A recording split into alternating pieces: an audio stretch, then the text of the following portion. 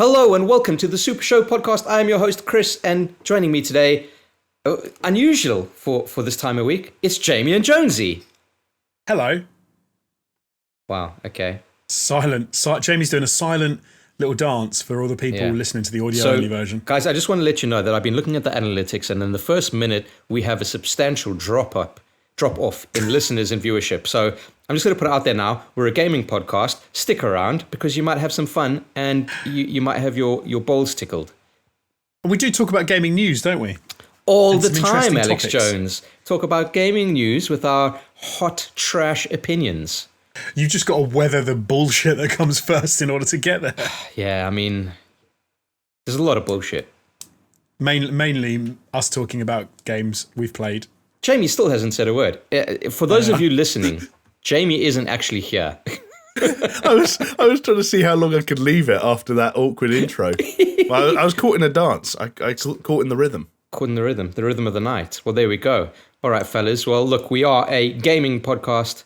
We talk about games. We talk about bullshit, as we mentioned before. But it is all sponsored by our lovely patrons. So if you want to help us keep the dream alive, head on over to patreon.com/supershow and show your support. For as little as $2, you get access to our Discord server where we are on there constantly chatting to our lovely patrons. But if there are some people that deemed it necessary to give us a little bit more than $2, and we are forever grateful. And, we just want to reciprocate the love by saying their names in a bit of a sing-songy way. And much like last week, fellas, I want to mix it up, all right? So, Jamie, why don't you start? Start us off. All right, I'll kick us off with Aaron Cameron, Athletic Gravy, Brett Zerbrick, a.k.a. Shellshock, Freddie K. Official, Hacksaw Book Read, and Jesper Cam Dahl Nielsen. Shout out to all of you guys. Nice. Jonesy, you want to go ahead? Sure. Then we've got Javela Cujo, Leo Merger, Lonnie Thompson, Manuel Guerrero, and Martin Skihan. Wow. Absolute legends. All of them. And there's more to come because we've got Mindful Pig, Nathan Pierce, Scary Omen, Starfall Kid, and of course the big boys. We got a new one today. Peaswad, The Dude Abides, and the Mythical Rod, which is a great name. It's a fantastic name. But I just want to know if someone's been hacking my personal accounts, because how do they know that it's called the Mythical Rod, Jamie and I told them one week when you weren't here. Damn it, I fucking knew it. Someone's just changed their name to the Mythical Rod. Another week has gone by. Doesn't it feel good? It's funny how time works. You sit around for 7 days and before you know it, a whole week has passed in that time. Although, hey, it hasn't been a week since we've been on camera recording stuff, have we? Because we recorded some After Dark goodness, which is our Patreon exclusive bullshit cast. It certainly is. Oh, it was absolute, whatever drivel we were talking this week. I hope the patrons enjoy it. Those Jesus, guys who, this week was a little bit off the rails. And a little peek behind the curtain, we actually started recording that. And it was way worse than what actually went up because Jamie's recording stopped halfway through, and we're like, you know what? Let's just put a pin in that one. Let's just start again. It went some weird fucking places. Oh well. Yeah, and given what we ended up talking about, to say that it would have been worse is a hell of a thing. Yeah, but anyway, shout out to the lobster. Yeah, that's one of those. Welcome to Lobster Week. Listen to the end things where it's not even clickbait. It's like, no, just do yourself a favor and actually listen to the end. Or maybe don't do yourself a favor. I was going to say, yeah, exactly. Do yourself a favor and don't listen to it. We gave a soft warning. A soft warning. Well, there we go. All right, guys, look, as usual, I like to kick things off with a comment of the week, to say thank you to our audience, because we do read each and every one of your comments. We might not always reply to them, but we do read them and we do take them to heart. And this time around, Jonesy chose a really good one for me. Thanks, Jonesy. I guess I put my... I wanted to... No, do you know why? I did it for two reasons. One, because it was a fair comment, and two, because I knew you didn't mean the way it sounded it, and I wanted to give you a chance to clarify your position. Thanks. Well... There you go. Making me look like a clown, but it's fair, okay? We're not going to shy away from any kind of controversy. We're going to take it all. So this week, the comment of the week comes from Keizo Audio, saying, quite emphatically... Are you serious? The Crash Bandicoot, Spyro, and Medieval remakes were just cash grabs? minimum effort cash grabs? Are you crazy? They put so much effort into those games. The only explanation is that you've never played them. Nobody could look at those remakes and say, they barely touch these. They're just the originals. Ridiculous. So Ridiculous. That's the Judge Judy line. Ridiculous. Ridiculous. Ridiculous. This is a very fair point, okay? Now, I do need to correct you that I have played these games, with the exception of Spyro, but I've played the Crash Bandicoot remake and I played the Medieval remake. I played them on stream on All Time Gaming, in fact. So I know what they're about. I guess my sentiment, maybe I was trying to be a little bit too spicy, but what we're doing is we're comparing the Crash Bandicoot, Spyro, Medieval remakes to the Mafia remakes.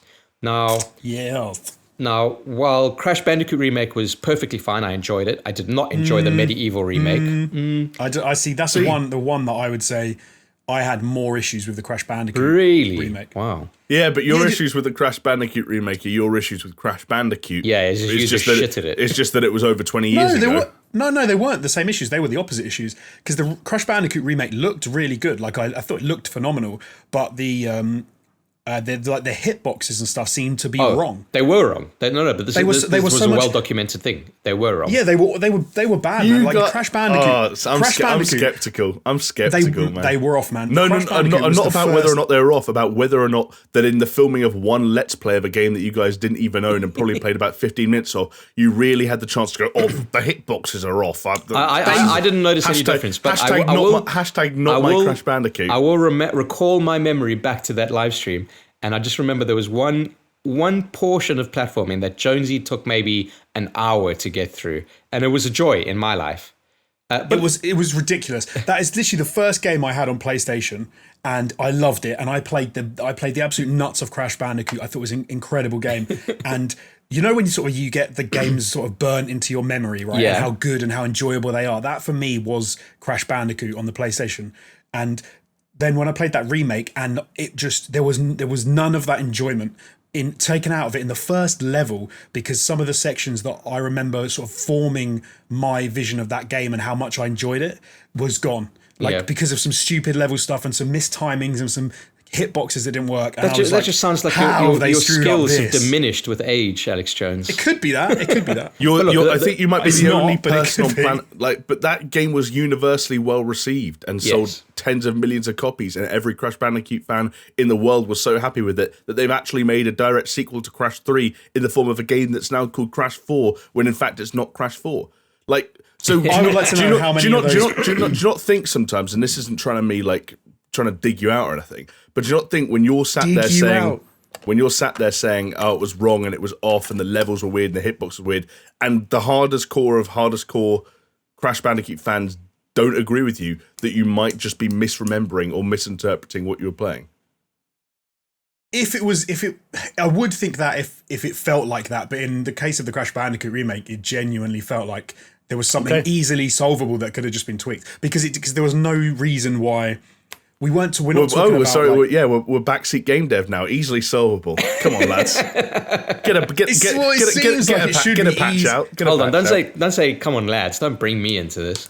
I've already got to defend myself with something else. I was referring to Toys for Bob. I was saying, come on, lads, get a patch out. Come on, lads, fix your levels. I would agree with you, Jamie, if it wasn't for the fact that if that was a new IP that I'd never seen before and I'd have played that level, I would have been like, this is crap. Fair enough, me too. Jonesy, okay, so I think the rest of the game, I only played the first level of the remake. I didn't play anything past that. You did. Two or three levels. We played like 2 or 3 levels. We played more than 2 or 3 levels. The Warthog level was messed up as well. Warthog level was really annoying. We played the Warthog level.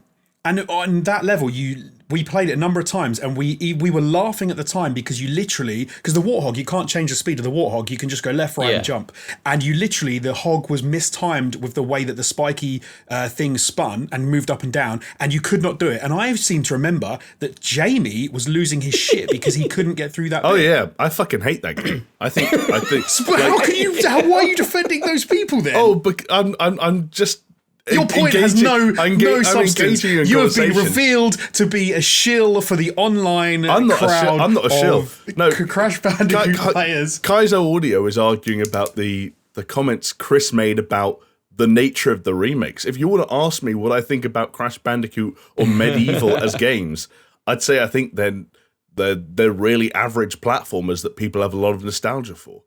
At the time, they weren't average. I think they came out, and Crash Bandicoot was legit, man. I remember loving the crap. Yeah, me too. That game. But look, I think that's fair enough. It's the same with Sonic. People love Sonic all the time. You're never going to convince me Sonic is anything other than an average to slightly below average game. Yeah. And That's that's the way fair. I see But it. look, I think... So we've gone a bit off. Yeah. Apologies. We've lost Off the point a topic little there bit. with the comment of the week. Sorry, Kaiser Audio. But I guess as I was saying, I think maybe I was just trying to add a bit too much hyperbole to what I was saying before, because we're talking about Crash Bandicoot, Spyro, and Medieval and putting them up against the Mafia remake, right? And it just seemed that while, yes, all the games have admittedly a lot of effort put into them, for some reason it just kind of felt like the Crash Bandicoot, the Spyro, the Medieval, they did what they did to entirely preserve the games as you would remember them, hitboxes excluded, all right? Because if you play Medieval, it feels like a PlayStation 1 game. Now, not to say that the gameplay in Mafia 1 is revolutionary, but it just felt like a different beast to me. I don't know what to say, egg on my face. Didn't mean to say that they did the bare minimum, because obviously they didn't. They did put a lot of love and care into it. So I can put my hands up and say, you know what, mea culpa. See, Mafia reference, there we go. But Cash grabs was, well, I suppose what we're saying is Cash grabs was far too strong, but yeah, in the sense of, but do you guys remake. Do you guys agree with me that like Hangar 13 seemed to really put a lot of effort and maybe went above and beyond what they even could have done with the Mafia remake? I didn't play Mafia originally, so the first time I played Mafia 1 was this, and I felt it stood up to today. Like, I played it, I enjoyed it, I finished it this morning before we recorded. Nice one. Yeah, so yeah, I don't know. I think the difficulty is we're talking about remaking very different kinds of games. Yeah, and of course. With Mafia, you can extrapolate an entire open world, and you can extrapolate cutscenes and voice acting and motion capture and cover mechanics and shooting mechanics. And with Crash or Spyro or Medieval, you're kind of just remaking a platformer.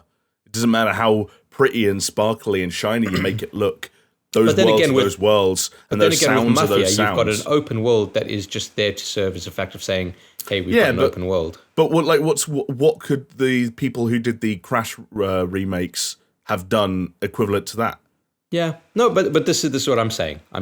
I probably went a little bit too hard with my trash opinions, but hey, you know what? That's what we advertise, and that's what you got: trash opinions. So I suppose I would extrapolate a little bit and say the Crash stuff. Like we said, I only played a few levels, so if I had to say, if I'd sat down with that remake as I did and compared it to, you're right, my memory of the original, I got annoyed at the fact that there seemed to be little buggy things in the first few levels which should be obvious, like, and they especially when you can't get through a level because it's just kind of broken a little bit.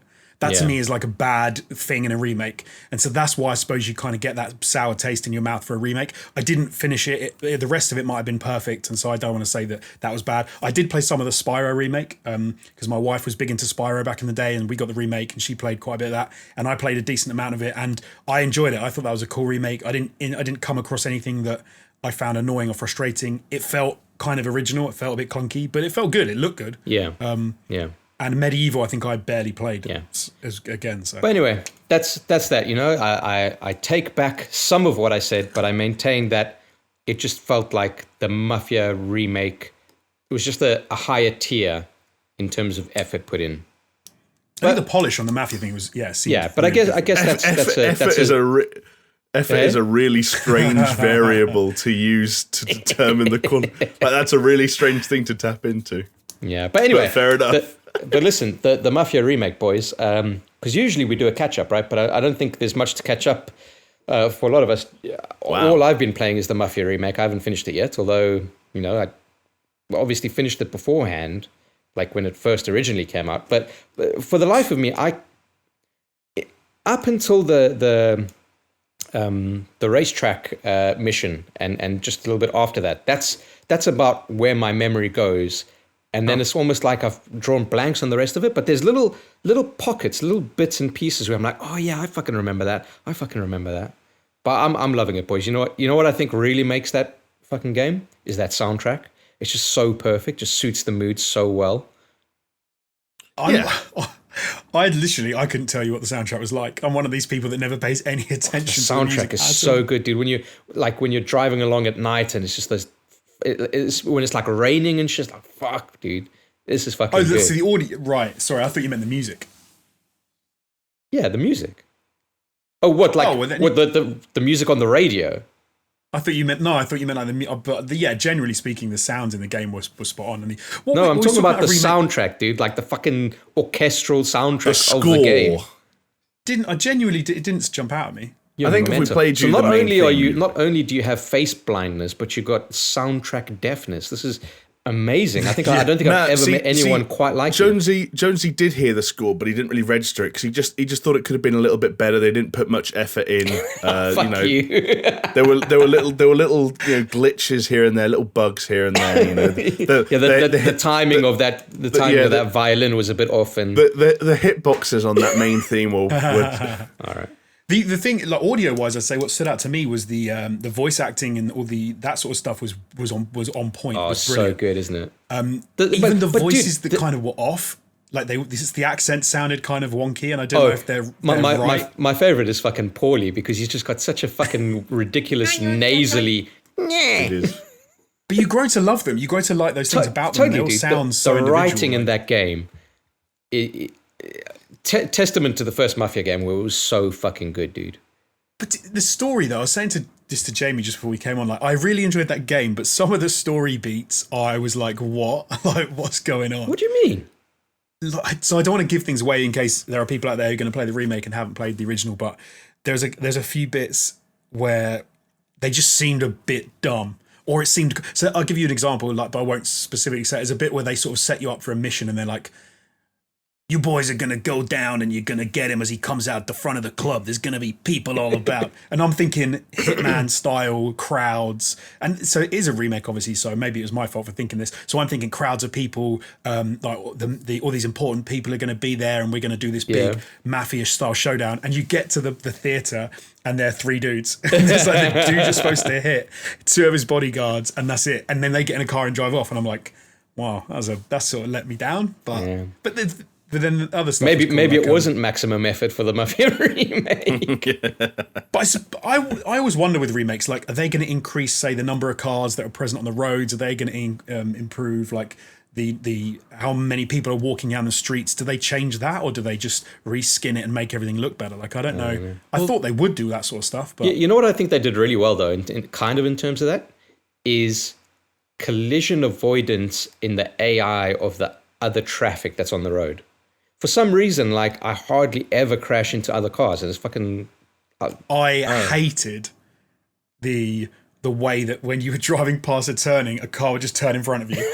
Or someone on the side of the road would just walk out in front of you. Look at the car coming doing 70 down the road that's 50 meters away from you. But this is what I'm saying. I think that the AI is so good that it does that to kind of like... But unless you change your variables drastically, you're not going to hit them. Do you know what I mean? I hated it. I liked it, dude. I thought it... Because it was like, it's the hustle and bustle of the 1930s, see? But it didn't feel like that. Sorry, Jamie. I was just going to say, I just like that when you beep your horn, cars actually get out of the way. I like doing that. I would just drive down the road at 8 miles an hour, like and everyone would sort of pull over to the side. It was perfect. Man. Do you know when you say, like, if you can see the walls in a game, it's obviously not good. For me, it was... like the invisible walls? Yeah, you shouldn't be able to bump into the wall. For me, it was when you're driving on a road and I knew that truck is about to make a ridiculous right-hand turn in order to throw some dynamism into the game to make me have to veer left. And I because he would be in the left lane, I was in the right, and then he would like veer right. Or I'd be going down the road and some woman would step out into the street, literally 20 meters in front of me. And there's no way she would have done that in real life. And it made me think, they're just trying to do it to force... it's the hustle and bustle. I don't know if that system is sophisticated enough to know that they want to insert dynamism at certain points by creating traffic incidents and hit and run. They must. I don't know. I'd be skeptical to believe that it worked that way, but maybe. What a I think game, what's though. more likely, Jonesy, is you were doing triple the speed limit. And people were caught off guard. Yeah. I did drive around with a limiter on quite a bit, actually, which I thought was... Did you did you try and obey traffic laws, like red lights and... I did, but then I got bored doing that quite quickly. So and the cops don't really care if you speed as well. So I ended up just veering around trams and things. Well, there's two options for, I think, cops. There's sort of a relaxed and a more realistic one. Yeah, and it's the more like realistic classic or realism or something. Yeah, and realism is the one where speeding and red lights and getting too close to people. I guess I don't even know. Right, too close to. Maybe I'll play through a little bit and see. We've turned the cops up and see if it sort of plays any different. Maybe turn the cops on. Yeah, all right. Turn the cops up. Fair enough. Do you reckon you'll finish that game this week, Chris? That's No, I'm just trying to think where I am. I'm about halfway. How long is it? About 15 hours, 13 to 15 hours ish. I could open up Steam right now and tell you how long you played it for. Oh, mine's messed up because I left it on for ages. So Steam says for me that it was 20 hours I've played, and it's not. So you're just trying to cover your bases because you're the world's slowest gamer. Hole. You couldn't. There's nothing else to do. You couldn't make it take longer. Jamie, just check how long to beat if you're there already. Oh, okay, that's a good idea. Well, you guys have to keep talking while I do that. Yeah, that's fine. Do you reckon we should do like a spoiler cast for the patrons? I guess that's a question for listeners. Would you like us to do a spoiler cast once we've all finished it? Because I think probably this time next week we could potentially all have had it done, right? Very plausible. And because it was a game that kind of a lot of people in the Discord were chatting about. It got a lot of people interested, but I don't know how many people pulled the trigger and have played it and finished it themselves and are ready to hear that story. 11 hours, by the way. 11 hours, yeah. 11. Yeah, I was thinking of maybe 12.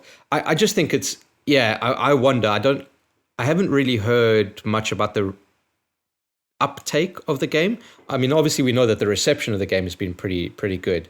But yeah, I hope that it doesn't pass too many people by because it's a good time. It's a good time and it's not a full price game and it's worth it and you should vote with your wallet, right?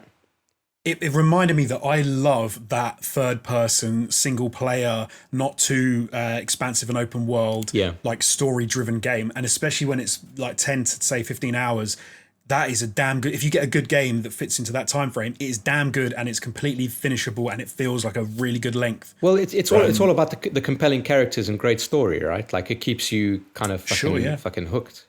It's such a great story. Yeah, I love it, dudes. I love it. Anyway. No, fair enough. And I guess like the opposite of what Jonesy's saying is that we're probably going to get another 60-hour Assassin's Creed game next month that is going to be really good, but no one finishes. Yeah. Fucking hell, Jesus. I still haven't finished Odyssey, just put that out there, so... I don't think I ever will, so... I haven't finished Odyssey either. Yeah, you haven't finished Origins. In fact, you've still got the... I didn't like Origins. You've got the ATG copy of Origins that you took home, now admitting that you didn't like, never finished and never brought back. I think I did bring it back when we left. Oh, better late than never, am I right, Jonesy? Yeah. So I don't know who's got it. That sounds like covering your bases to me. Yeah, I'll have a look and see if I've still got it. But I've got Odyssey, and I like Odyssey. But it's too long. You flexed so hard that month, and I was so annoyed. But then that's I flexed so hard. Yeah, do you remember? That was a crazy. It's over a year ago. I don't remember. Oh, it was like 2 or 3 years ago now. But it was when Wolfenstein 2: The New Colossus, Super Mario Odyssey, and Assassin's Creed Origins all came out around the same time, maybe even the same day, and I was like, I've only got enough money for one of these. And I chose Mario and started playing Mario. And I was like, okay, cool. And then we got sent a copy of Assassin's Creed. And then you took that. And I was like, fair enough. Yep, like rotation, got to keep it fair. And then like a week after you took home Origins, you just bought Wolfenstein 2 for yourself and stopped playing Origins. And as far as I'm aware, never went back to it. And I remember thinking like, this is. I did go back to it for do you know what? With Odyssey, I played it for I think a decent about 10 hours or so. Then I think I sort of stopped. Yeah, like you say, for a while. Then everyone said how good it was, and I was like, maybe I was wrong. So you know when you sort of think I need to revisit. Yeah. So I went back into it for maybe like a few hours and was like, no, I was right. Or I preferred Origins to Odyssey in some respects. I know. They're fundamentally very similar. I liked the worlds very equally, but I like the characters and maybe the story of Origins more. Fair enough. There you go. Yeah. But, But what about you, Jamie? Because surely not just the Mafia remake. You're the resident I've got time to play games, dude. So Not these days. Not these days. I think I'm the resident. I've got time to play games, dude, when I'm not working, and regrettably, I've been working a fair bit lately. The only thing I've had not any time regrettably, got to make that dough, buddy. well, Bring home yeah, the bacon. but still, it's more fun playing video games, and sometimes not making money is a weird blessing in disguise because you can sit around with your thumb up your ass. Yeah, that's where doing ATG whatever was the a fuck you blessing in a way, wasn't it? Because it was like gaming was your job. Yeah, well, also that's where, like, not to get too into the nitty gritty of it all, but that's where like a 9 to 5 or a 9 to 6 was also a blessing because it's nice to have a job that you can go home and like now's me time. And in the like talking about games like as long as Assassin's Creed Odyssey, I played that just playing from 8 o'clock till 12 o'clock, however many nights it took. And when I'm doing freelance shit, it's really hard to do that because. I was saying to Jonesy, my time management is so bad that, like, rather than working for a set amount of time and then stopping, I'm kind of, like, basically working all day and then stopping at random non-timed intervals. But that's the shit thing about being at home as well. It's like fucking at your desk and you're working, and then at the same desk is where you take your leisure time, and at the same desk is, it's just like, fucking hell.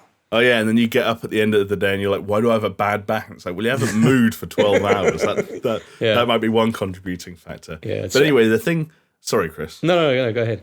I was going to say, the thing I did have a little bit of time for, and I'm not going to talk about it too much because it's going to... It has very little relevance to our audience whatsoever, but that's FIFA 21. The latest and greatest in FIFA's Foot and to EA's. the ball. Yeah. What's it about? What's that game about? So there's a sport called soccer. Yeah, no, sorry. Hold on, right. Jonesy. Jamie, sorry, you got it wrong. I mean, I know it's FIFA. It's Mafia. Oh, yeah, Mafia 21. Mafia 21.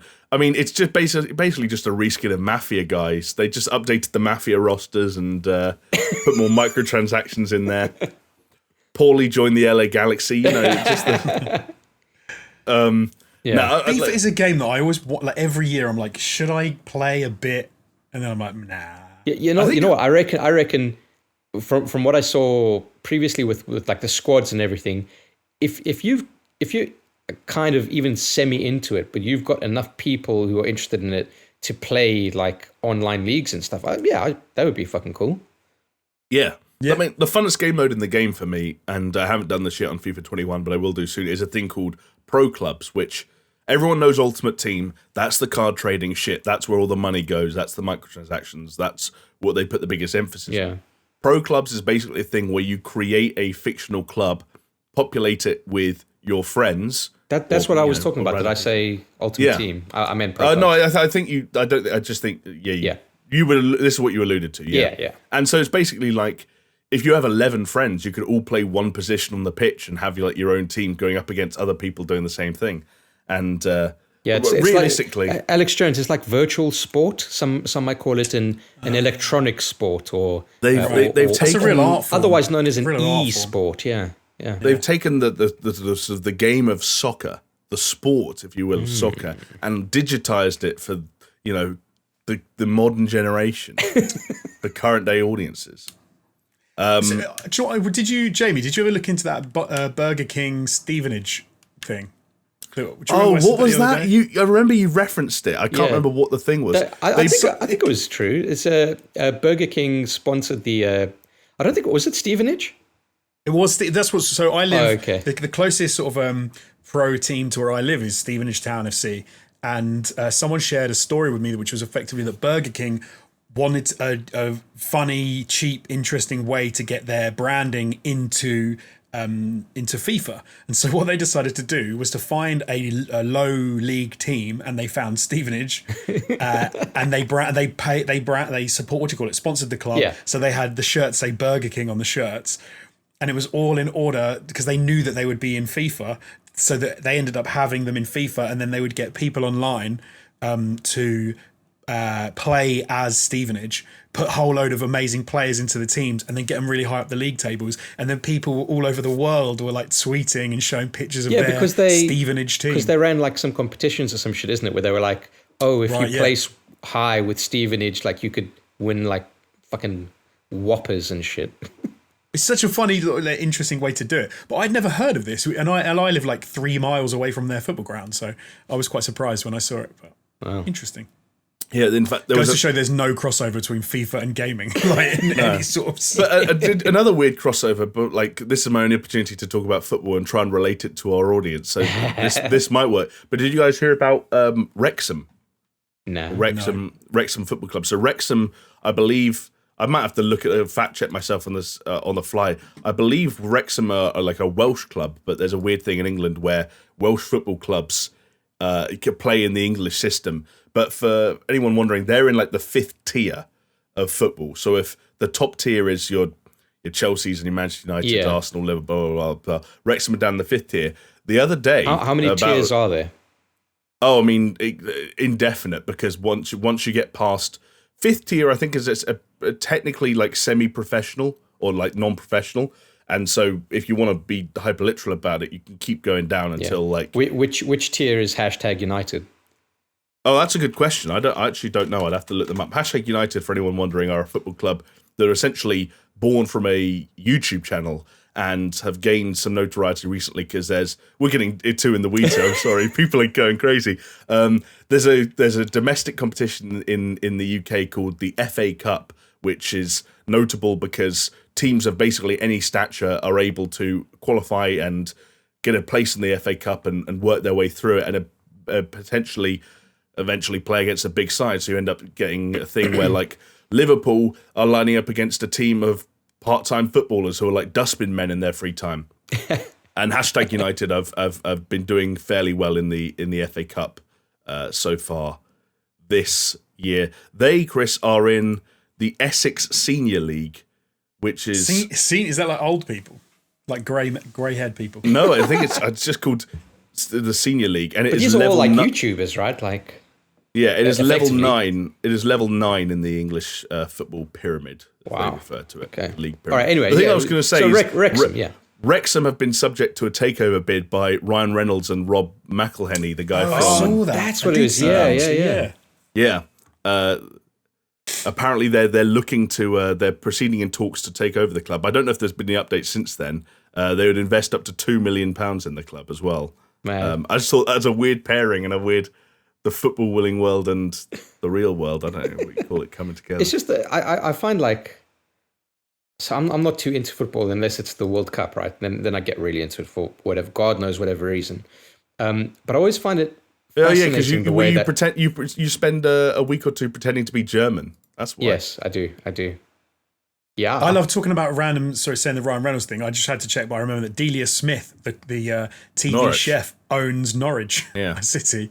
So Wrexham could play Norwich City, and then it would be Delia Smith heading off against Ryan Reynolds. That'd be quite fun. You know what the funny thing is though, like because Ryan Reynolds and Hugh Jackman have this like frenemy rivalry going on, right? So I could imagine that like Hugh Jackman would then buy Wrexham's direct like counterpart, and then they just like just so that they can go at each other. That would be funny. Yeah. Well, what I was saying is I just love all the kind of like ancillary things, the things around football that kind of bleed into like gaming culture or whatever. So you talk about #United, I find it quite interesting because it's like the YouTuber realm, right? And you talk about Paris Saint-Germain, and they're interesting because they're into like more the fashion side of things. And I really like that kind of crossover, not just with football and stuff, but anything A to anything B, as it were. Should we create a team? Should we create a professional sports team in a sport that we could actually, that's so niche that we could do quite well? Yeah, fuck boys. What would our sport be? What would our sport be? I don't know what's niche ball. Niche ball. What's niche enough? Badminton. Badminton. So we'd be called the fuck boys, Badminton is and in we'd the play Olympics, badminton. man.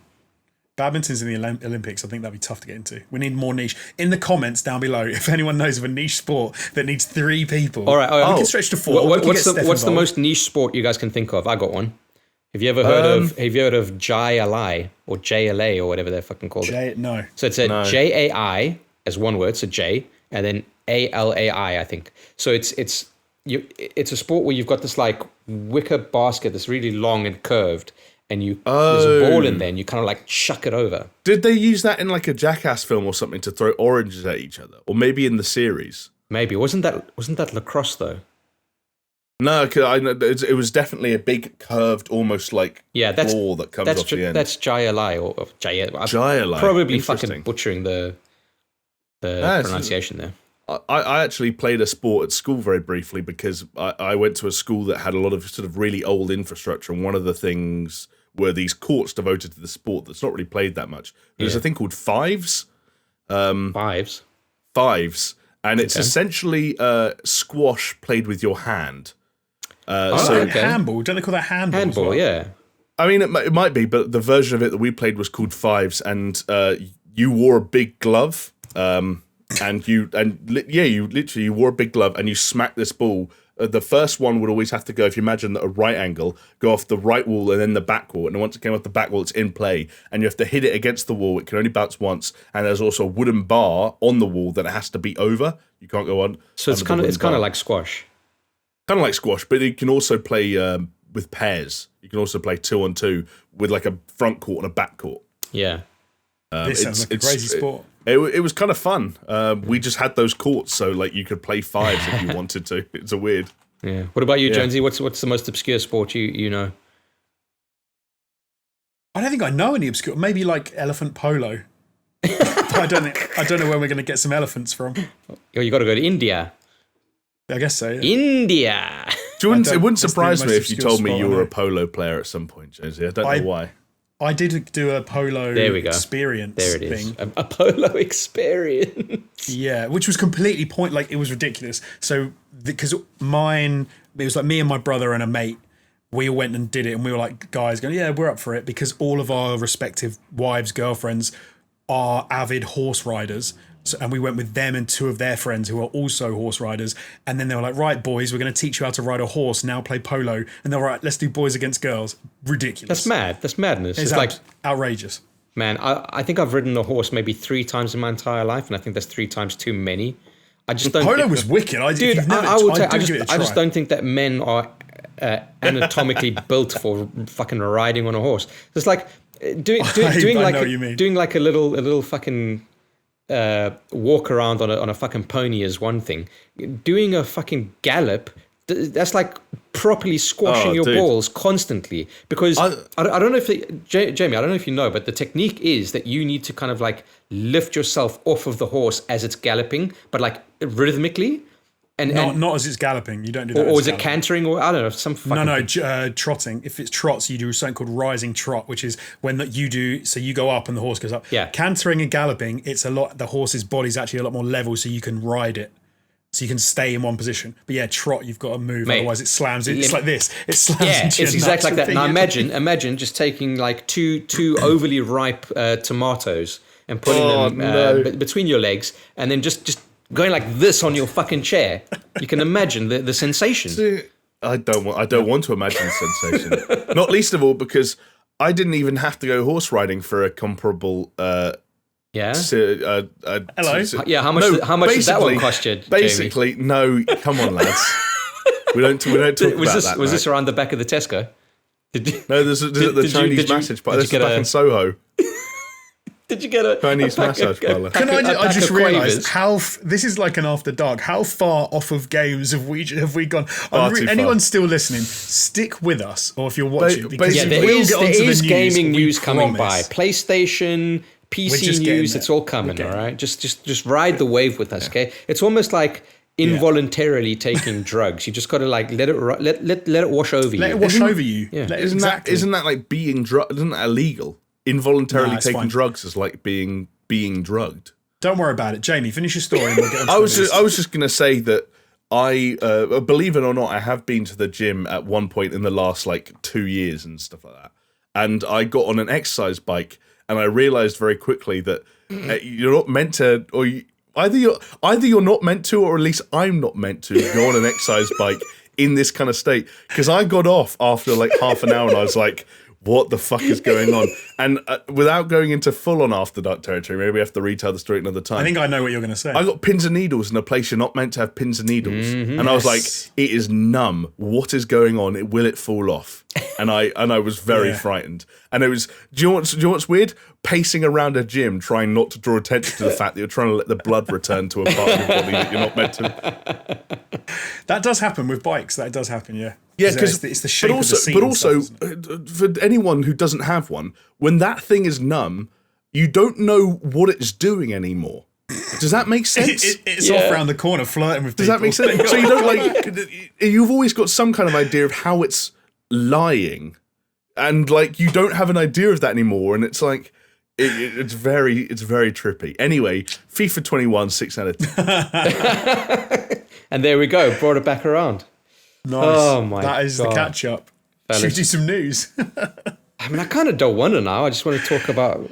No, you don't. Nope. No, you don't. No, I don't. No, I don't.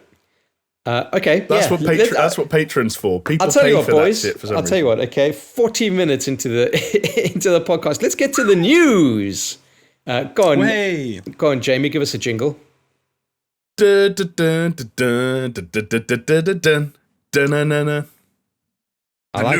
like it. And you know why I like it? It's because you didn't complain when I just abstractly just threw it out to you to make a fucking jingle. Chris, I've podcasted with you long enough now to know to roll with the punches. If I was going to get thrown off by a jingle, then I'm not fit for the game. Well, there we go. Okay. It's been a bit of a shit week in terms of gaming news, hasn't it, boys? Fucking worst. Like going through all the major websites and their news section just thinking, what can we talk about? What can we talk about? Yeah, I think there's lots of news, but they're just like small little nuggets where it's just like, I'll give you the headline and then you'll be like, yeah, okay. But there is some stuff, okay? I guess the most notable thing is PlayStation released a video that was a teardown of the PS5 console. And it was a video with a huge unit and a tiny man. I don't know how much was one and how much was the other, but when that first started up, I genuinely was like, oh my goodness, I don't think that PlayStation 5 is going to fit in my cabinet. And then afterwards it's like, oh, or is the dude tiny? Well, there's a lot to unpack here, right? Like we always knew it was a large console. I think it is the largest modern home console that's been released. But yeah, watching that video, it was the size of this Japanese man's torso. Yeah, bigger probably. I was just like, how? What? But then again, you know, and I don't think it's being racially insensitive to say so, but Japanese people are considered a little bit on the shorter side, right?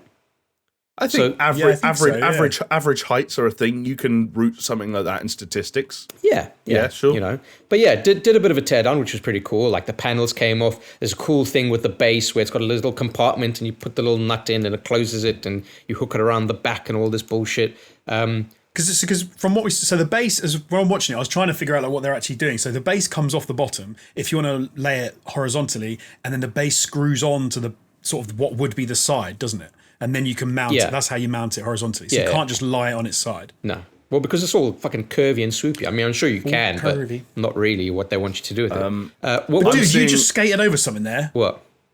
The panels come off. Okay, the panels come off. Why were you so excited about the panels coming off? Because if the panels come off, it's like when do you remember when phones came out and then they were like, you can take the front and the back of the phone case off, and you can buy bespoke and customize the Nokia Express covers, my friend. Yeah. Exactly. If the panels come off, we've been talking about, like, we've even said this when the unit was coming out, and with some friends of ours and like Martin from Just Interesting, and I think even Robin as well, was saying maybe I'll wait for a specialized version, maybe I'll wait for like an all black or a this or a that or a game specific, but you don't have to wait for that now. You can get a PlayStation 5, and I think it's almost been like a bit of a non-mentioned thing, but they will be releasing custom panels. Even if it's not PlayStation, you will be able to get them from other places, and you'll just pop those panels back. You know what, Jonesy? You've actually blown my mind here. I did not take that into consideration whatsoever. You know what I'd really like to get? Panels that look like pistachio shells, because I think that whole fucking console looks like a futuristic pistachio. Does that mean there's going to be this weird thing where when there are special edition consoles, there's going to be a weird market for just replicas of the panels rather than the consoles itself? Yeah, probably. Because I think that exactly. I think that'll happen. Yeah, interesting. By the way, also, Chris, if you knew an artist, you could like take your own panels off and you could get them to knock you up some cool personalized designs. That would be quality, actually, and I guess there would be probably like an Etsy market for it as well.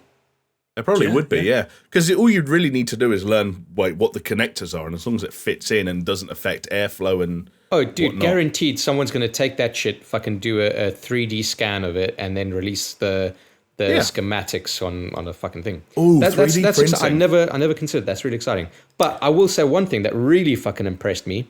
The reason why this thing is so fucking huge is because it's got the biggest heatsink I've ever seen in any kind of fucking home electronics device ever. It's like if you had to take all of the bones out of my body, it probably still wouldn't be and like condense them to get rid of all the air and the gaps and whatever. Probably still wouldn't be as big as this fucking chungus of a heatsink. Wouldn't be a very effective heatsink. Honestly, like this fucking console is like 85% heatsink. Well, it was a monster, wasn't it? The PS4 and the PS4 Pro sound like jet engines when you're playing the wrong game. So anything they try and do to mitigate that fact, like I'm up for it. I don't know if having a big heatsink and having that giant fan will make this thing quieter or cooler or what, but let's hope they make some improvement on that. The one interesting thing, and this is maybe getting a little bit into the geeky territory here, but they use liquid metal as the I saw that. Yeah, so that's the contact between the CPU and the heatsink, right? And liquid metal is like, usually it's just some kind of like a thermal compound, but liquid metal is quite a specialized thing, and it's quite difficult to apply, like notoriously difficult. And if that liquid metal spills out and touches any of, like, say, the rest of the motherboard, it could short circuit the whole thing. Right. But let's get into it. They've got like a little rubberized gasket around it and some foam gaskets to kind of fix that. But I think that at the level that they're going to produce and sell these PlayStation 5s, I think probably it's going to be the biggest home use application of liquid metal that there's ever been. Because I think liquid metal is quite a specialist kind of thing, and I don't think you find it in a lot of consumer stuff, if any. Yeah. So Hey, to me, like anything they do to reduce heat, and so obviously the CPU getting hot is something they really don't want. And if your CPU fries, your friggin' PlayStation is dead. So anything they can do to get the heat out of that, to get it into that heat sink, and then to get that big ass fan pumping all that air over it to cool it down, is I completely see why they're going mental on heat sinks, fans, and everything. I just had a crazy idea, boys. Sorry, Jonesy. You know the panels come off. Yeah. Which means that the internal console itself has little connectors, right? Seeing as this thing is so fucking big, do you think someone's going to make a desk out of it and just have like these things that go, you just like connect into it? And it's like, no, it's your desk is your PlayStation. Oh, so like they take the sides off and they have inbuilt things where you can put the so it's like a TV unit that just got this little gap that you slide. Because to be fair, that's huge, an interesting idea, right? If you can take that central unit out and lose the panels, you could integrate it for stuff for sure if you wanted to. Yes, you could. Yeah, is it basically a perfect rectangle or whatever you want to call it when you take the panels off? No, because the drive still protrudes, right? It's got like beveled edges as well, so it's not flat. It's not square. I think it's like rounded beveled edges or something. I see. No, but I think if you go for the digital version, then the top would be the same profile as the bottom. Okay. Yeah. There's definitely room for something there. Yeah, but it's cool. And then another interesting point. I mean, I don't know who fucking cares about any of this, but we're talking about it anyway because it's a slow news week. But they did seem to have an expansion bay for storage expansion, right? And that's maybe the way that they are going to address the fact that there's not a lot of gigabytes available in that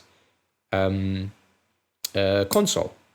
Yeah, they did talk about before the fact that they're working with third parties because they have a proprietary SSD, obviously. Yeah, but they're talking to third parties about production of SSDs that match the read-write speed of their SSDs, so that you can expand that storage. I think that was in some of their material that they released earlier in the year. I think Western Digital have just released a NVMe 4 drive that is meant to be PlayStation 5 compatible, like speed-wise. They have made a big thing about it, haven't they? Yeah. The other thing I always remember, and I guess you have to take this with a pinch of salt because it's Mark Cerny talking about the PlayStation. Of course, he's going to be very optimistic when it comes to the impact it can have on the way people make games. But he seemed to suggest that SSDs being adopted across the board, i.e. SSDs in the PlayStation 5, the Xbox Series X, and becoming more common in PCs, could change the way that games are developed and essentially make them smaller because there's a problem at the moment where you might, for example, get a certain asset that is in a game's files multiple times because it needs to be accessed very quickly, no matter sort of where you're at, so to speak. And that the speed of SSDs might eliminate the amount of places that certain assets might need to appear throughout a game's files. I know I'm not using the proper terminology, but no, but it makes sense the way you said it. Yeah, if that's a side effect of this, that like, hey, the SSD is very fast and it might be actually a little bit smaller than some people are used to if they've had, say, a PS4 Pro with a 1 terabyte HDD, but actually games are going to get smaller. Yeah. Well, except for Warzone, right? Because that thing's still fucking. Except for Warzone. Apparently, like if you get the whole Modern Warfare kind of the game and the multiplayer and Warzone, it's like over 250 gigs or some shit like that. And it's like, I think there's a thing. What I think are you doing? On PC where you can't take it apart. You can't separate so to them. speak. Yeah. Like the weird thing is I don't know how many people know this. On PS4, you can uninstall packages of Modern Warfare at your own, like, however you want. Like you can uninstall the Modern Warfare campaign, but keep the multiplayer, which is kind of cool. And it helps keep the size down. But yeah, obviously for PC it sucks. Yeah, but I guess aren't they saying with talking about the SSD stuff as well, that effectively they're utilizing some of the SSD to stand in for the RAM because the SSDs are so quick that they don't need it done through memory, which is like it might change a shitload, right? It might even get down to a point where you're like memory is effectively pointless now if the SSDs get that fast. Yeah. Interesting times. Interesting times. By the way, Chris, do you want me to save your bacon with a quick little drop of info, fact drop? I don't know why my bacon needs saving, but yeah, sure. Well, just to make you look less racist, I guess. Which, wow. Okay, there we go. It's something I'm used to doing for you. Back in 2005, there was a survey of nearly 47% of the male population of Japan aged between 20 and 49. The average height coming in at 5'7.5" compared to, for example, 5'10" in the UK, a difference of 2.5 inches. There's no way 5'10" is the average in the UK. I could join it. Do you want me to tell you? I thought the average was 5'8". From my perspective, but then again, in United Kingdom, England, in a measured survey from 2012 of males aged between 25 and 34, the average heights came in at 5'10" for males and 5'4.5" for females. That is a big ass difference. That's 5.5 inches. In the United States, it's 5'9". That was a measure of 69% of the population between 2011 and 2014. I'm surprised. Can you guys guess where the tallest average males are? The Netherlands? Yeah, some Scandi country. It is the Dinaric Alps in southern and southeastern Europe, separating the Balkan Peninsula from the Adriatic Sea, where they average 6'1". Jesus. No, but honestly, you guys are right. Like Scandinavia's up there, but interestingly, lots of Eastern European countries, Bosnia and Herzegovina, Montenegro, Serbia, they have average heights of like 6 you know what? foot, I've seen behind enemy lines. I can believe that. There you go. Sweden, Iceland, even the Netherlands. 5'11" in the Netherlands. Imagine how small you'd feel. What about Sweden? You know, for Joel Asp. Sweden are up there. Sweden have 5'11.5" in 2008. 5'11 and a half. That's tall, man. That's tall. 5'11". So basically averaging six 6 foot. Yeah. Where's Greece on that one? Greece. And Greece. 5'2". Hey, come on. Greece had a measured survey. This is back in 2003, measuring 56% of the population between the ages of 18 and 49. The average was 5'9.5" for men. That's tall. No, it's not. 5'10" in the UK, 5'9". So it's about the same. Greece's average, but it's tall women in Greece, 5'5" being the average there. I would imagine that South Africa's quite tall as well. I can look that up for you as well. This has become a public interest podcast. In for a penny, in for a pound. Wow, South Africa, that's kind of fascinating. This is one of the weaker surveys they've got. It's from 2003 and apparently only accounted for 3.6% of the male population. So huge pinch of salt. Okay. But the average at the time, Chris, was 5'6" for men. Really? Although, do you know what? Really? That is a massive shock to me because that's got to be out of date to a certain extent, right? Yeah, but I guess 3%. I'm going to cry bullshit. You can't make any distinction from 3% of the population, right? But even if you don't say the 3%, right? Jamie's like, they asked 46%. Number one, I've never been asked any of these things. Jamie, were you asked? No, I've never been asked. Yeah, because Chris, I've had my height. Chris, have you been asked? I've been to the hospital and had my height taken by a doctor and my weight. Yeah, but they can't then go get your medical file. So this is the other thing. We know from like Tinder, when all the women are on there going, only guys over 6 foot, and then they always get guys who are under 6 foot because most people are not over 6 foot. I reckon that this is the researchers speaking to people and going, so how tall are you? And the guy's like, yeah, I'm like 6'3", and he's like 5'9". I would take this with a massive pinch of salt. I guess so. Maybe. I think I should make a competitor to Tinder for short people. Minder. Minder. What's the M's? Like mini Tinder. Like a minimum. Minimum or Tinder. mini. Only people under like 3 inches under average height are allowed. I'll be honest, Chris, it just sounds like you're trying to make a midget dating app. Hey, can I tell you something? I am the same height as Napoleon Bonaparte. as Critical. Napoleon Bonaparte was 5'7", apparently. How tall? Giant. Yeah. Well, yeah. That's probably above average for the time. No, I was reading something about it. Or average. Stumbled upon it, not looking for it, but apparently... I need to feel good about myself. Apparently the whole thing about him being short, he was average for the time, but they used it almost as like a propaganda thing. It worked. Right, We still I see. say it No, to but today. yeah, do you know what I mean? Like, oh, don't worry about him. He's just short. Right. Well, there you go. Should we talk about something hotter than Minder? Oh, yeah. I mean, we might as well. And there's nothing hotter than Minder. There is, mate, because shall I drop you this one? Shall I do a little bit of I'm liking this, dude. It's a collaborative effort. Let's go. just in case you didn't have enough news about heat sinks and hot consoles and things, here's a little bit more for you. You're getting me hot, Jonesy. Thank you very much.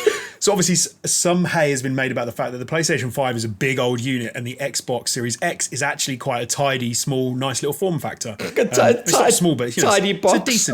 It's a decent size. It's not a tiny box. It's a decent sized box. A tidy small box. Just what might be every too man small, wants. A tidy small box. But it might be too small though, because apparently a couple of people in the know have got their hands on the Series X and they have said it is running very, very hot. I'll give you a couple of little quotes. So from, I don't know, so this Zhu video. There you go. This is from PC Mag did a report on this and they got a couple of quotes. So Zhu Video said, the Series X is hot, like really hot. It doesn't make any noise, but damn, it's hot. The console is emitting heat like crazy. It's almost like a fireplace shaft. You can heat up your flat with it, which is... I don't know. That sounds like me talking about the Crash Bandicoot remakes. Just, putting a bit of a hyperbole on it, making it a bit spicy so you can sell some magazines. It could be. It absolutely could be. And then another little quote from the Giant Beastcast. They said, here's what's crazy about the Series X. This was just plugged in standby mode behind me and you guys, and the entire thing is a little toasty. And then they went on to explain and just say, it was not been doing any work and it is getting warm. Very warm. Can I jump in there at that point and say that I'm full transparency, I'm a listener of the Giant Beastcast, I think as well documented. That's the Giant Bombs East Coast podcast. The guy who said that was a guy called Jeff Bacala who works at CNET. He's since had to do clarification tweets because this whole thing is blowing up and PlayStation fanboys are jumping all over it. So his follow-up said, as Josie said, he said it was toasty and, quote, that's exactly what it was. And this is all a quote. I've read stories that are using the Beastcast segment to support claims the Series X has a, quote, heat problem, and I would disagree with making that assumption. It was yeah. I was going to say the other video that the other quote was taken from for that PC Mag bit has been taken down now as well, apparently. So I think this Microsoft is a classic probably thing of like, shut up. Well, I think this is a thing where people are getting access to an early development thingy of a console. Oh yeah, totally. Turning it on, playing it, it's doing its thing. It's getting warm. Someone's tweeting that it's warm, and a PlayStation fan is going overheating problems, Red Ring of Death all over again. Am I right, guys? Like that. This is why you.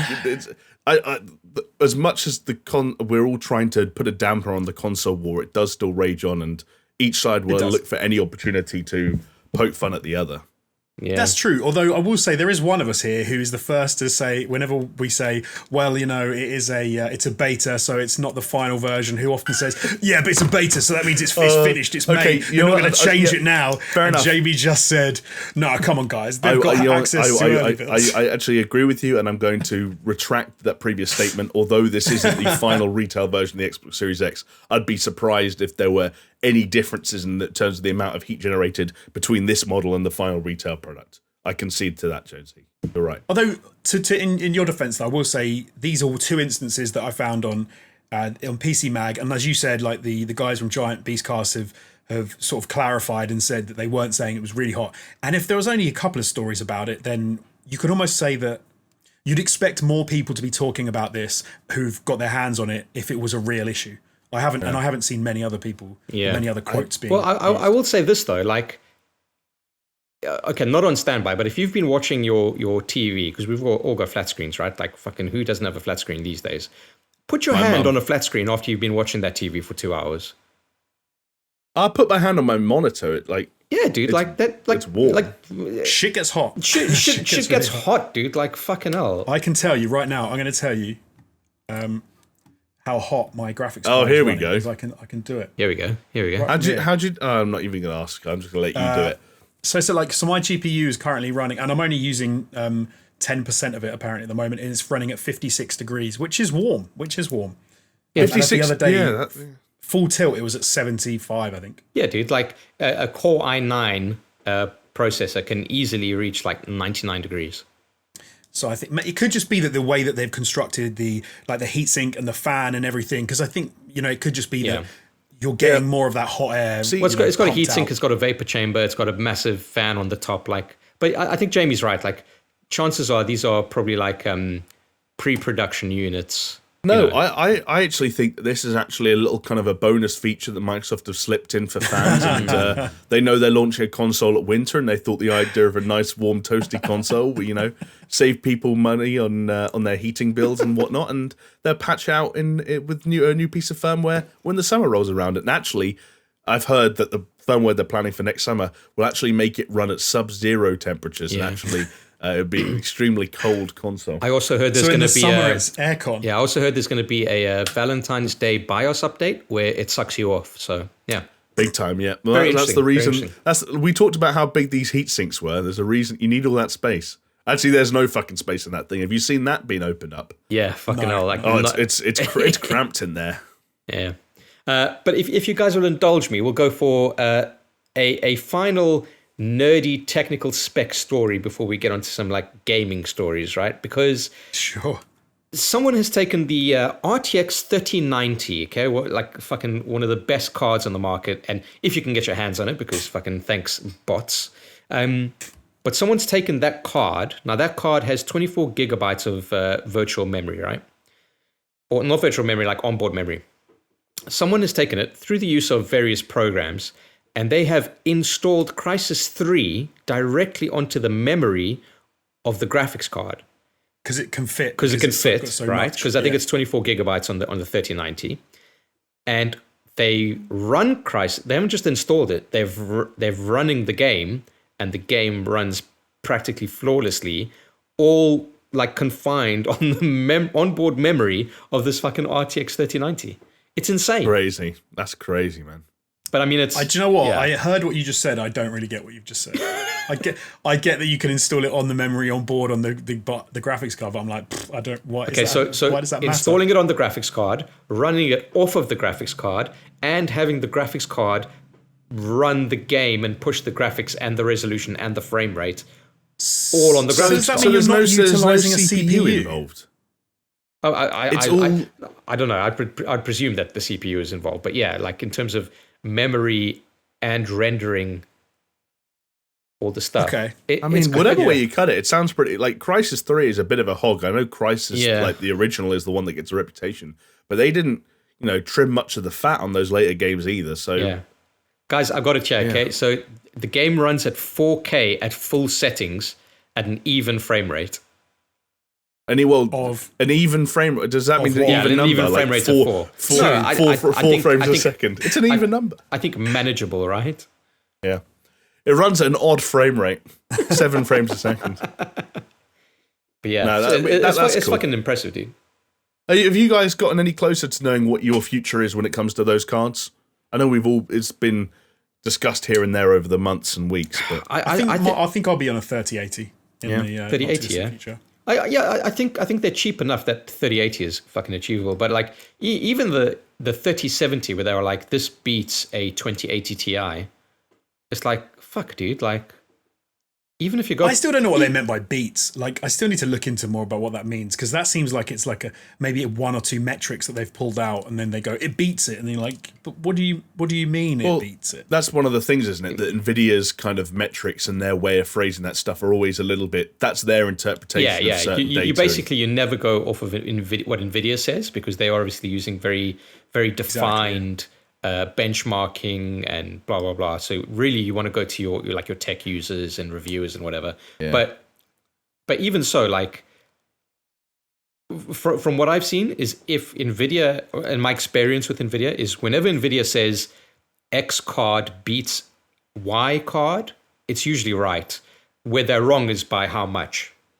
Right. So if there's like, oh, it's 40% faster, it's like, well, it's probably not. It's probably 20% faster.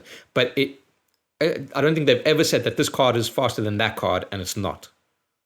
Do you know what, if I choose an analogy, in my mind, it's almost like they say, it's almost like saying, this transit van beats a Ferrari around the Nuremberg ring, and you're like, how does that work? You're like, because the transit van has to carry 20 people, and the Ferrari has to do 20 laps with like 2 people every time. You're like, well, you're kind of doing this in a weird way, and I always wonder if they're using some tricky minicky sort of like looking at very certain situations and circumstances, but actually, because as an editor as well, like, so we play games on our PCs, but we also do a lot of work, and we need a lot of space and a lot of dude, I can give you a perfect example of that, right? This is from tech reviewers on YouTube. They took a 3080 and a 3090 and they benchmarked them for games, and I think it was like the 3090 only came up like, I don't know, not even 10% better in terms of frame rate, right? Right. But the difference is, it's got 24 gigabytes of video memory, right? So to an editor, if you do editing benchmarks, the fucking difference is astronomical. Exactly right. Exactly. Yeah. So it's all use case. But like I said, like, one thing you can expect is, if they say this card is better than that card, it is. Right. Like, whether it's by 1% or whatever. But when the fascinating thing about this 3000 series of cards is their price point. Is even if it's 1% better, it's still half the price. Which is insane. Yeah, it is insane. It's enough to make you think. Maybe it is time to crack that beast open and start fiddling around with the insides, if you know what I mean. I don't know what you mean. I'm talking about replacing graphics cards.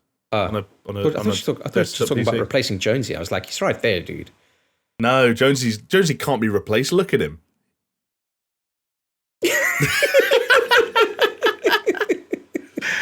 I love it. Oh, dearie me. I love it. Yeah, I've mentioned it before, but my next upgrade, I don't think I'll be getting another laptop. I think I'll be getting another building a PC, which I haven't done since probably about 2003. So that'll be really exciting. And in fact, that last build was on an AMD chip. So there we go. And AMD just announced some new chips. So, who knows? My future could be bright, is all I'm saying. I wish I knew more about like the finer print and the finer details when it comes to the increasing rivalry between AMD and Nvidia, because, like you said, there has been all this stuff going on lately with the Ryzen 5000 chips, and I saw something like teasing a new GPU and stuff like that. I wish I understood it all a little bit more, but I suppose having some competition in that scene, where it feels like maybe there wasn't even like 5 years ago, there wasn't to this degree. Can't be a bad thing, right? Oh no! At the end of the day, the consumer wins, right? Because AMDs have always traditionally been a lot cheaper than Intel in terms of CPUs. GPUs, I don't know. I think Nvidia is still relatively unbeatable, especially now with their new price points. But you never know. PlayStation 5 is all AMD, right? Sorry, what's that? The PlayStation 5 is all AMD, right? PlayStation and Xbox. In fact, the only console that is Intel is the fucking Nintendo Switch. And that uses a Tegra chip go. of all things. But yeah, I don't know. Like, I don't think you need to get into the nitty-gritty of it, Jamie. Like, it is fun if you're into that kind of thing. But yeah, ultimately, the consumer's the winner, right?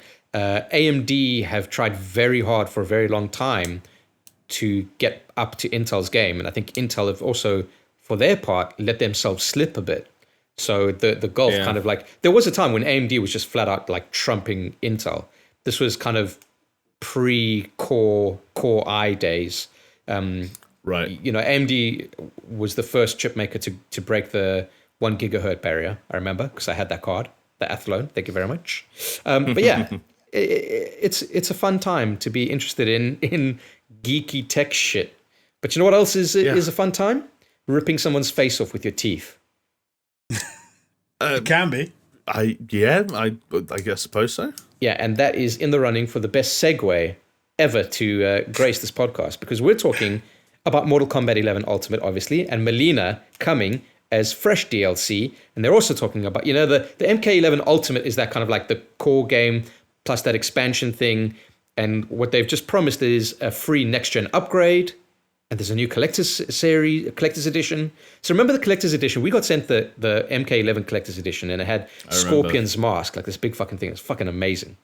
Yeah, well, very cool. MK11's collector's edition has Sub-Zero's mask. So if you really wanted the set, just spend a lot of money. You know what? That would be a pretty good. They'd look pretty good side by side, is what I'd say. Yeah, it would be pretty fucking cool. But yeah, and Mileena's not the only character coming to Mortal Kombat 11, fellas.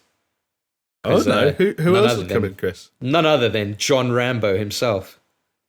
Dedicated to the Mujahideen fighters in Afghanistan or whatever the fuck it was. This is one. Don't you think Mortal Kombat is just going?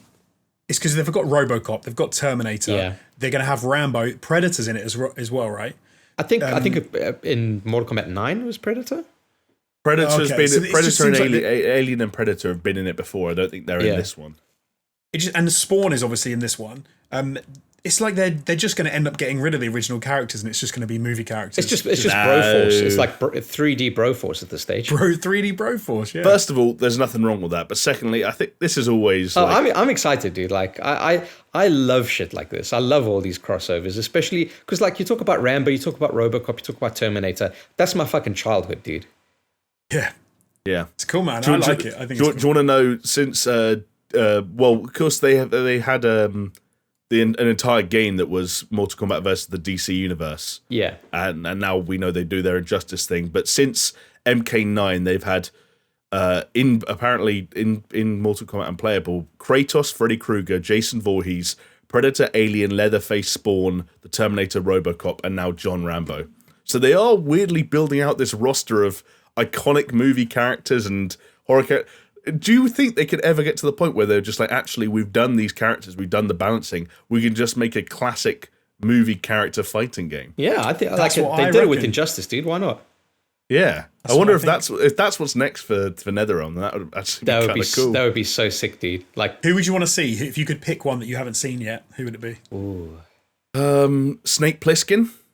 Snake Plissken's a good one. Oh, that'd be a good one. Yeah, that could be fun. Macaulay Culkin from Home Alone for me. Just set traps all over the stage, and you know. I think I'd go Ellen Ripley. I want to see her with a flamethrower and. Oh yeah, Ripley would be good, especially in that fucking like that mech loader thing. Yes, you also get into weird situations where if there's multiple characters that were played by the same actor in real life, do they become costumes or alternates, or do you get them in their own right? Like, do you get the Terminator, but like, how do you also get Arnie's character from Predator in there? Oh yeah, that'd be cool. Well, what about Venkman from Ghostbusters? That'd be cool. That'd be so cool, dude.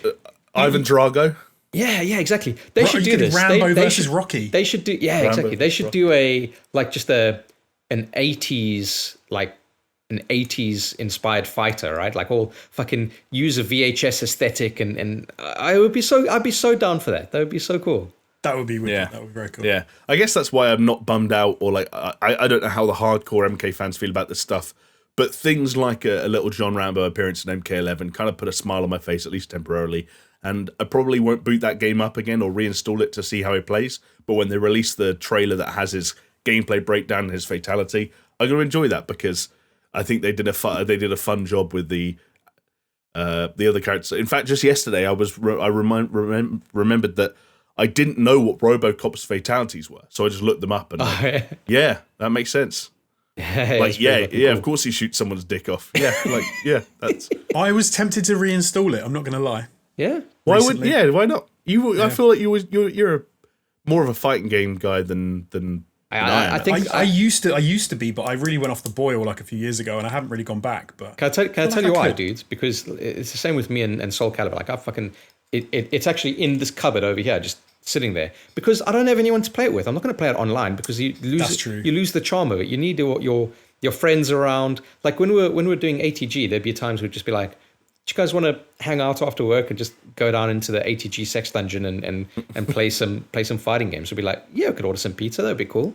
And like that's what those games are to me, at least, you know. I tried to play with my wife. I was like, come play Mortal Kombat. And she played one game and I beat the crap out of her. And she was like, I don't want to play this anymore. Yeah, she just went off. Josie, do you remember the last time I played, and I'm guessing you played Mortal Kombat? It was probably the event that we went to.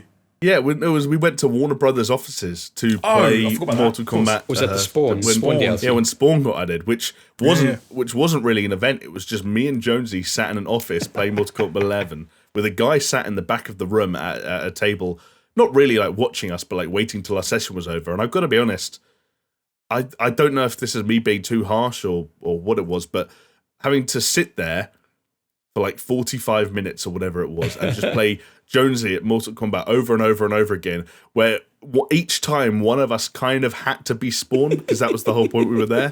I was like, whoa. Yeah, it did get a little bit dull, didn't it? Yeah. Oh, guys, I don't know. It's cool. I like it when games add new shit, right? And another game that's adding some shit is Watch Dogs Legion. So we already know that, at that Ubisoft Forward event, they showed off that Aiden Pierce is joining the game at some point, and that Stormzy is in the game as well. So, that's an interesting choice. But maybe more interesting to Jamie than to you, Jonesy, or myself, is Wrench from Watch Dogs 2 is coming to Watch Dogs Legion. What do you think about that, big boy? I mean, this is kind of one of those things. It's funny because we've just gone from talking about guest characters that we kind of like to now guest characters that we're like, really? And first of all, Aiden Pierce, fuck off. Well, this is the thing. He was fine, man. No, Aiden Pierce was fine. Don't be. You're part of the problem when you say stuff like that. Look, I like Wrench more than I liked Aiden Pierce. I think Aiden Pierce was a really flat, boring protagonist and in many ways was emblematic of everything that was wrong with that first Watch Dogs game. He had been through a lot, all right? He was having a hard time. What a poor dude. Jamie, hold on. Do a mental exercise with me, okay? Look at the camera, like our setup, okay? Look at Alex Jones. Jonesy, just do this. Pull your hat down. Take your glasses off. Wait, hang on a second, Chris. Is that Aiden Pierce? That is Aiden Pierce. You're right. Yeah. Oh my god, I knew it. So no wonder Jonesy sympathizes with the Pierce. He's even got Aiden Pierce's iconic hat. All you're missing is to hold a phone like 1 foot in front of your face to turn. That's how I always hold my phone. Yeah, but you got to do that. Walk around like this. What I'll say, I know some people really like Aiden Pierce, and that's fine. I just think that the first Watch Dogs game hadn't discovered its own personality yet. Yeah. And I think they're still kind of exploring that territory now with Legion to a certain extent. But certainly 2 was much more in the realm of what I wanted from an open world hacking, like, action adventure game than the first one was. And Aiden Pierce was part of that problem. I thought he was boring. I thought he was flat. I thought he was mopey. I thought he was, it wasn't a fun guy to be around. But I've also got to be consistent in that I don't necessarily need or want any of these characters to suddenly appear in London in the future. I don't know how they're going to do it. I don't know why they're going to do it. I know that they've got an opportunity with this whole, hey, you can recruit anyone to your gang setup to throw other characters in there. And don't get me wrong, I don't care about the Watch Dogs lore enough to have a feasible reason that Aiden Pierce appears in London after all these years. Yeah. But it's just a little bit like, it's pandering. And it's pandering using characters that no one even cares about that much. There's some I people, don't know. some people in our Could you Discord just would get them killed disagree straight away? about Wrench. Like, though. no, Wrench is a cool character. Wrench was one of the things that people like really disregarded about Watch Dogs 2. They looked at him, they looked at that mask, said he looks lame, he looks cringe. They watched the trailers, they hated it, and he was a far more real, fleshed out, interesting character. I'll put my hand up and say I was in that camp. There you go. Like Aiden Pierce has nothing on Wrench in terms of like complexity and in terms of the depth of the character. It doesn't mean I want to switch over from controlling an old lady to switch over to controlling him in a story that, for all intents and purposes, will have nothing to do with him. Yeah. But that's also part of the problem with Watch Dogs Legion, is a story has nothing to do with anyone, because you can play as anyone the whole time. I don't know. Could you get them killed? Could you get Wrench or Aiden Pierce killed by being them and then just jumping off the bridge and then dying? There's an option, right? You can have permadeath on or off, but I wonder how they would treat Aiden Pierce and Wrench when it comes to that, because they wouldn't wonder. Oh yeah, Aiden Pierce is dead. Actually, yeah, I've got to issue a statement here. I want to retract everything I've just said. If you can kill Aiden Pierce permanently in Watch Dogs Legion, I'm all for it. There'd just be loads of videos of people just killing Aiden Pierce in all different ways, and then just being an old lady again and being like, "Fuck you, Aiden!" and walking off. Can I be Usher for a second and give you my confession? Yes. Yeah, go for it. Yeah. Or should I say yeah? Yeah. I think Watch Dogs Legion is going to be shit. I was kind of like, I've never been a big Watch Dogs fan, okay, but I was kind of like on board with what they were trying to do with Legion. But the more I think of it, the more I think it's just going to be a bit meh. Maybe not shit. Shit's a bit strong. I got to be careful of this hyperbole, right? And my fucking cash grab, useless cash grab. Yeah, the useless cash grab. I don't know. I just think it's going to be, because it's quite obviously a bit of an experiment of a game, and I think it might just be an experiment that is maybe an experiment too far. It's just the overwhelming feeling that I'm getting the more I see of that game. It's just like, what is this? Can I stick it I put a little question out there? Do you reckon they said Aiden Pierce was not liked by most people? Then you had the second game, and it was his name Wrench was like not liked by a lot of people, but liked by some, I think more than Aiden Pierce. But they were like, "What are we gonna do for the third one?" And like, let's have no character. So their idea is just to have none. Yeah, maybe. I mean, maybe, but then I think that kind of sucks, because I think, as I said, the weird twist in the tail of Watch Dogs 2 was those characters were a lot better than people thought they'd be based on that promotional material. Yeah.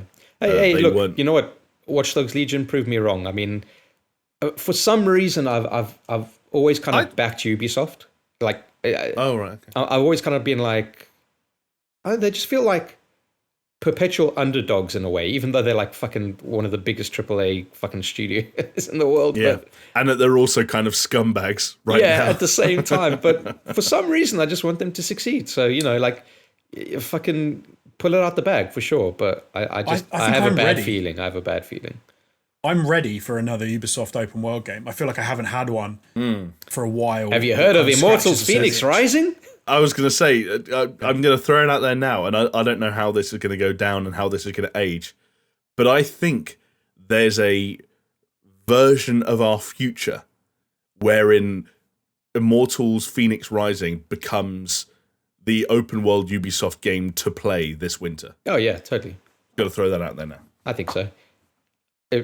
Mark this date. People want Breath of the Wild style stuff. Just look at Genshin Impact. So, Look at Genshin. Even I kind of want to play that Genshin thing.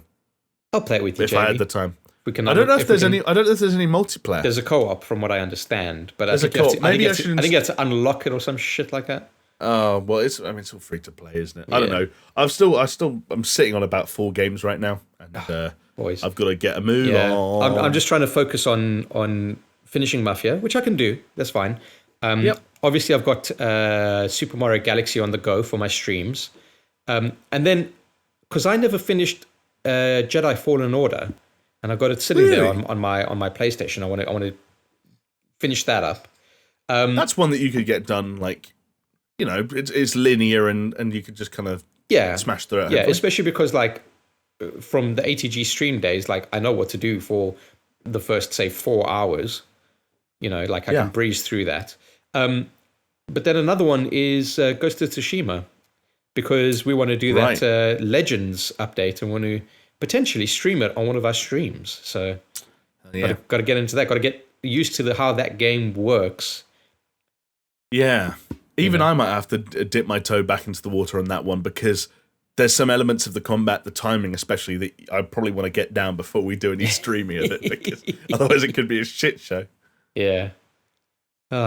Boys. Well, there we go. I mean, there's only one last thing we can talk about, and that is that Capcom is rebooting the Resident Evil movie and adding a couple of series. So a new animated show on Netflix and a Stranger Things-like live-action show that's got to do with like Wesker's offspring or some shit like, I don't fucking...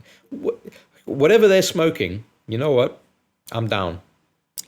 Yeah, this was a weird one, because I think, as a lot of people know, there's a bunch of stuff going on with Resident Evil adaptations at the moment. I think the news this week, like you said, Chris, was that it looks like Capcom are working with, ironically, the same company who are involved in the big Resident Evil series we've already had. Yeah. On rebooting essentially that main movie series, but it seems like this time staying closer to the roots of the actual game. Yeah. So an actual, like, a game set in Raccoon City in 1998, and they've already announced a cast, and they've cast, you know, Wesker and Claire and Chris and Leon and sort of all the people that you'd expect to see. The thing that's really caught my eye, though, and this is what you hinted at, is that there are two other projects on the go, both at Netflix. One of them is described as a Stranger Things-like live-action series focused on Wesker's young offspring. Literally what I just said, but yeah, thanks for reiterating. I'm just... That sounds like a rip-off, though. When if you say Stranger Things, Wesker's, I'm thinking kids and kind of weird goings on and stuff like that. Yeah, like, but dude, Wesker's offspring as well. But like, also to say like his offspring, like, listen to this. It's a weird way to phrase it. Listen to this. Because they're not all kids. When the Wesker kids move to new Raccoon City, the secrets they uncover might just be the end of everything. Resident Evil, a live-action series based on Capcom's legendary horror franchise, is coming to Netflix. Do you think it's... Where do you guys come down on the original series or Resident Evil sort of like franchise went? Because the movie series, I mean, I did not really get on board with that. I've seen none of the second one, I think. I'll tell you, yeah, I'm with you, Jamie. I didn't see anything beyond the second one. Second one I did not like, but here's my Usher confession. I really liked the first one. Really? Okay. Yeah, I thought it was cool. I thought it was fun. Yeah. Haven't we said before that it's actually the largest entertainment franchise by like how much money it's made? Well, no, because that's Grand Theft Auto. Like gaming crossover thing. So like gaming, TV, video crossover. I'm pretty sure it's the largest. Yeah, I think in terms of like an adapted work for film, then for sure. It's kind of which is mad. They have grossed over $1.2 billion worldwide, and it's the highest grossing film series based on a video game. Yeah. Right. Yeah. Which is, there you go. People like it. No wonder they're doing more of it. Yeah, I guess I don't know how I feel about video game adaptations at this point, because it feels like every year we have the same conversations, right? There's another project. This time they're going to do it right. Yeah. Right, exactly. I still remember the one that like I really thought, for whatever reason, I think based on the talent involved, that was going to be different was fucking Assassin's Creed. Oh, I thought you were going to say Doom. No, not Doom. Like, Doom is a weird one where you go back and, like, that's from the era of video game adaptations where they didn't care about the video game at all, and they weren't even trying to appease the fans. They just wanted to use that license and those ideas and end up making an occasionally fun movie. They almost got into this weird territory recently where they do quote-unquote care about the games, and they're trying to communicate with the fans and the quote-unquote gamers, and yet still fuck it up. Like the Assassin's Creed thing, they were out there on stage at Ubisoft's E3 showing and debuting trailers there, and were trying to get all this authenticity stuff and using the same concepts and terminology, and in something as simple as the Animus, they fucked it up. Yeah, or they go kind of the opposite direction, which I guess was the influence or the example of Warcraft, right? Which is a film that I really enjoyed even to this day. But I think maybe what they try to do is go too much for the fans. Right, yeah, because that dude, is it Duncan Jones? He's he's one of those guys, and they say. Yeah. So, I don't know. I quite liked, I thought Prince of Persia was pretty good as a game film. It was alright, yeah. Crossover. It was alright. It was true, I think it was quite true to the games, and it was a fine sort of entertaining film.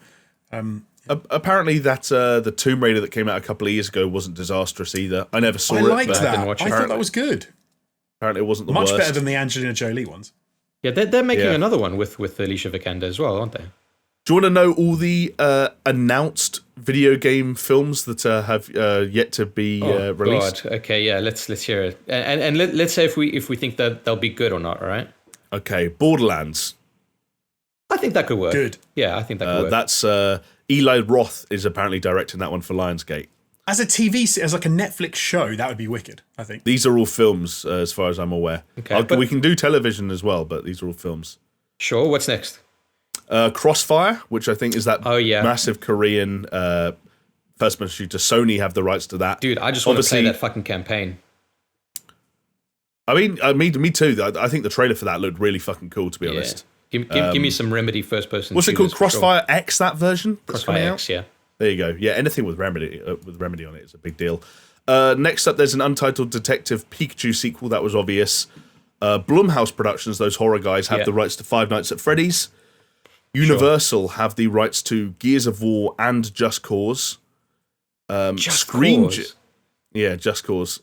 I don't really. Those are weird adaptations. Yeah, but I can imagine the Just Cause movie being like the Just Cause games, where it's obviously, but where the Just Cause games are like, if you want Just Cause, nothing else will suffice. But it's also not necessarily good. Yeah, it'd be like Crank in South America. Yeah, exactly. That sounds wicked though. Could be fun. Yeah. I want another Crank film now. Just Cause was announced back in July, and that's being directed by Mike Dowse, apparently. Screen Gems, back in 2019, won a deal to turn Ubisoft video game Just Dance into a movie. Huh? Oh, brilliant. Oh, it's going to be like fucking Step Up to the Streets or some shit. Must be.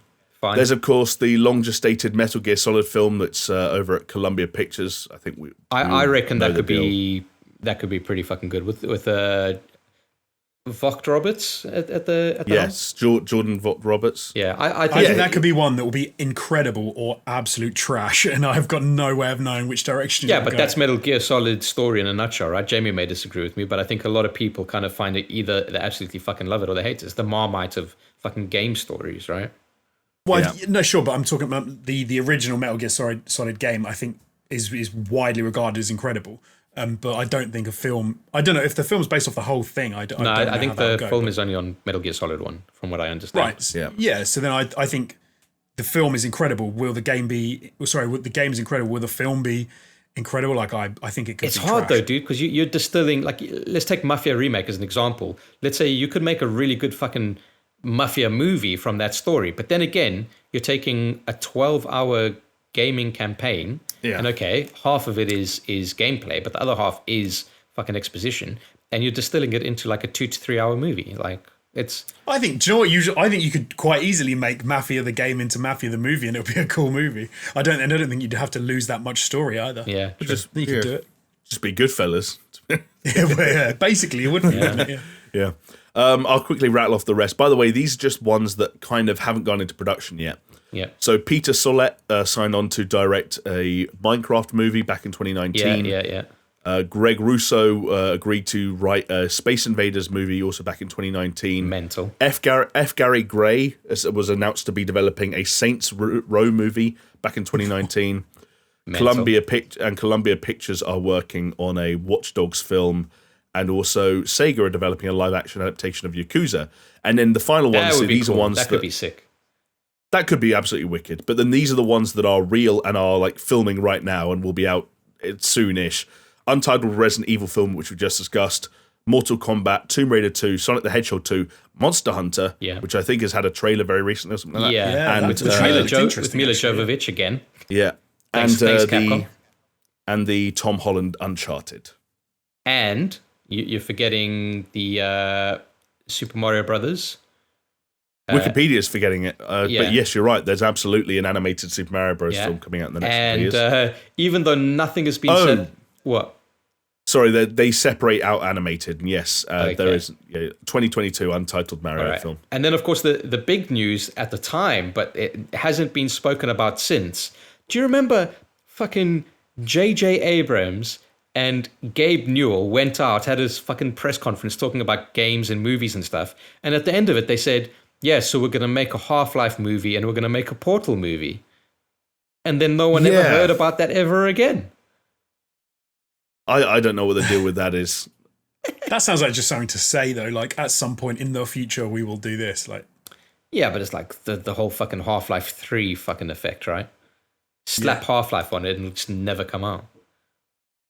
Exactly. Except for Half-Life Alyx, which I still have to finish. Fucking hell. I've got so much on. Did you even play Half-Life Alyx? With what headset? Yeah, I played it, yeah. Oh, you've got the Oculus Rift, yeah, don't the you? Rift.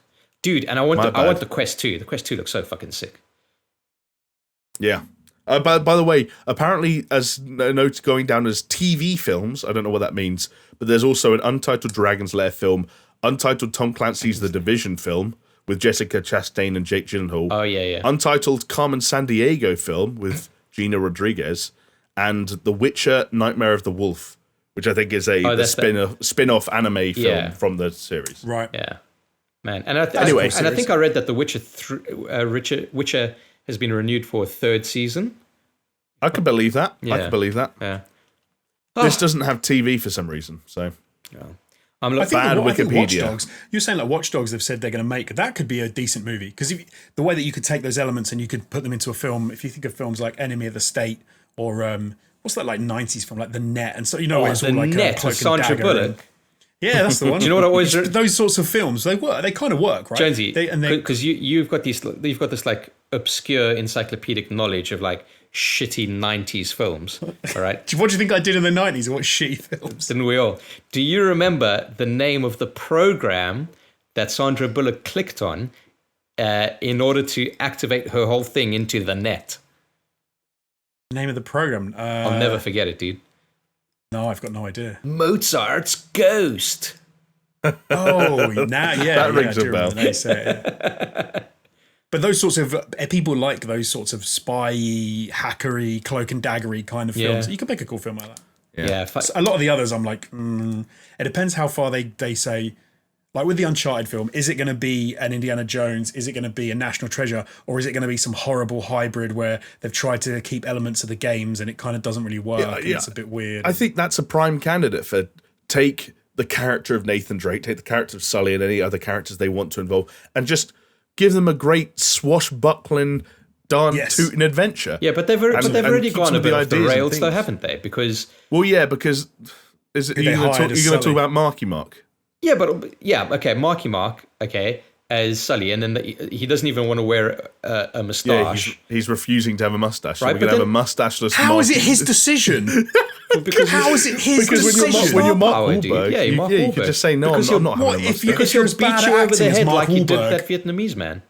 if you're as bad at acting, wow. If you can't act like Marky Mark, then you get to do whatever you want in a film. Like hire someone who's got a mustache or who wants to do the role and wear one. But then on the other side, they've got Tom Holland as Nathan Drake.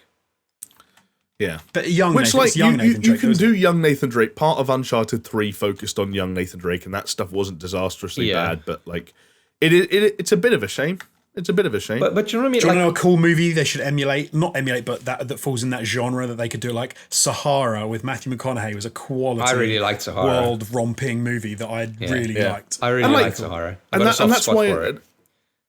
Cool movie. And that's why like Uncharted makes sense. And when you go back to something like Metal Gear Solid, let's say it was an adaptation of Metal Gear Solid as a game. Yeah. You probably can't have all those characters in it. You probably can't have all those antagonistic characters in it. So then you get into the weird nitty gritty of like, oh, that sucks. Like, they didn't put Psycho Mantis in it, or they didn't put, take your pick. They didn't put Vulcan Raven in it because there wasn't enough room. But there's no equivalent to that in Uncharted. No one's sitting around going like, no one even remembers the bad guy of Uncharted 1 or Uncharted 2. They're all like gassed up Russian blokes, or you're probably too busy at the time being distracted by the fact that it becomes a horror game and weird monsters start coming out of the walls. Like, where did the Yetis come from? Why are there blue giants running a jump? You know what pisses me off most about like video game adaptations is that people like the production companies or the directors or whoever it is or the script writers, it's almost like they're trying to take something and make it smarter than it is. Do you know what I mean?